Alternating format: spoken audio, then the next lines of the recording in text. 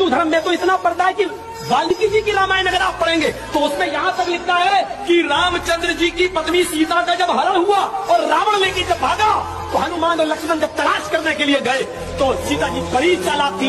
कहीं चप्पल फेंक गई, कहीं नथुनी फेंक गई, कहीं दुपट्टा फेंक गई, कहीं चप्पल फेंक गई, कहीं कड़ा फेंक गई। हनुमान एक एक चीज, ये चप्पल किसकी है? लक्ष्मण कहते मेरी भाभी की है सीता की। चलो इसी रास्ते से ले गया। और आगे के दुपट्टा मिला, ये दुपट्टा किसका है? ये दुपट्टा भी मेरी भाभी का, सीता का। चलो और आगे चलो, इसी रास्ते से लेकर गया और आगे बढ़े। एक एक चीज हनुमान जी देते गए और लक्ष्मण पहचानते गए। लास्ट में नाक में पहनने वाली नथुनी मिली, नथुनी। तो हनुमान ने कहा ये नथुनी किसकी है? जल्दी से लक्ष्मण ने कहा अरे यार हनुमान जी ये नथुनी नहीं मालूम है, ये शायद मेरी भाभी की होगी। हनुमान ने कहा सारी चीजें पहचान गए, नथुनी कह रहे होगी।